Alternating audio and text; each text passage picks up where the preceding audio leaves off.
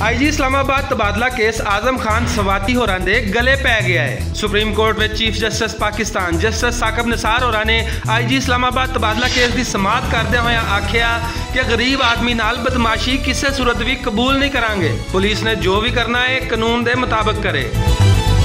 अदालत विच इस केस के मुतासरा शख्स ने बयान दिता कि पुलिस मैनू मेरी बीवी बेटे ते बेटी नूं फड़ के लै गई सी। मैं गरीब आदमी हाँ ते मेरे नाल जुल्म होया है। चीफ जस्टिस ने रिमार्क्स देंदियां होया आख्या आजम खान सवाती होरां नूं इन्नी ना आए। छोटे जे मामले विच इन्हां ने IG इस्लामाबाद तब्दील करवा छड्डिया। इन्हां दा जुर्म ते रियासत के खिलाफ है।